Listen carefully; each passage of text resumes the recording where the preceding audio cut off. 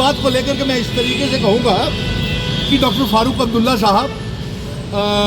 Chief minister Omar Abdullah साहब और member parliament आगा राहुल्ला और साथ में मेंबर पार्लियामेंट मियां अल्ताफ साहब, आप ये आपस की लड़ाई को छोड़ करके जो हमने वादे किए हुए हैं, जो अवाम ने भरोसा करके जो आपको चीफ मिनिस्टर बनाया है, मेंबर पार्लियामेंट बनाया है, रियासत के दर्जे की वापसी को लेकर के, आर्टिकल 370 की वापसी को लेकर के, स्पेशल स्टेटस वापसी को लेकर के, उसके लिए इकट्ठे मिलकर के लड़ाई को छोड़ करके अपने जो चुनावी वादे हैं उन्हें पूरा करने के लिए इकट्ठे हो जाए। क्योंकि हमने जो ये वादे किए थे लोगों से पार्लियामेंट के चुनावों में और असेंबली के चुनावों में और इलेक्शन मैनिफेस्टो में, हमने ये वादा कहा था कि रियासत का दर्जा आर्टिकल 370 1 लाख नौकरियां हर साल बच्चों को दी जाएंगी,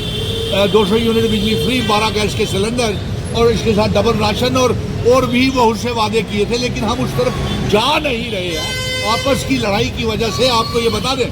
आपकी लड़ाई की वजह से, आगा राहुल्ला और उमर अब्दुल्ला की लड़ाई की वजह से डॉक्टर फारूक अब्दुल्ला साहब आप बडगाम और नगरोटा की सीट हार गए। नंबर 2, आपकी अंतरकला लड़ाई की वजह से आपके MLAs cross voting Bharatiya Janata party को कर गए। और यही नहीं, आने वाले दिनों में 13 से 17 एमएलए, ये मैं आपको एक ब्रेकिंग न्यूज दे रहा हूँ,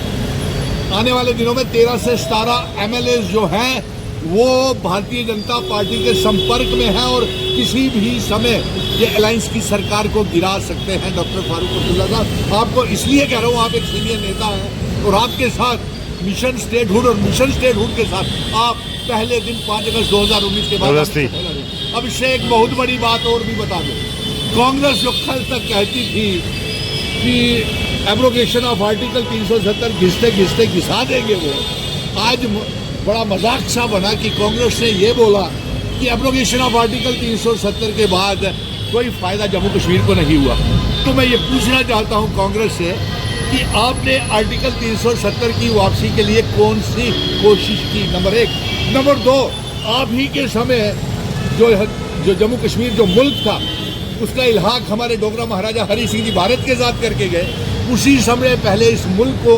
आपने रियासत बनाया और प्रधानमंत्री से घटा करके चीफ मिनिस्टर बनाया और चीफ मिनिस्टर से घटा करके भारतीय जनता पार्टी ने आर्टिकल 370 को तोड़ करके हमें यूनियन टेरिटरी बना दिया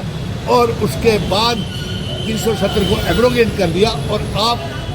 कल तक ये बोलते थे कि आर्टिकल 370 की घिसते घिसते घिस जाएगा। आज आपको ये 370 की याद कहाँ से आ गई? ये भी हमारे मिशन स्टेटहुड की जीत है। और इसके साथ साथ मैं पत्रकार मित्रों आपको एक और बहुत बड़ी बात बताने वाला हूँ।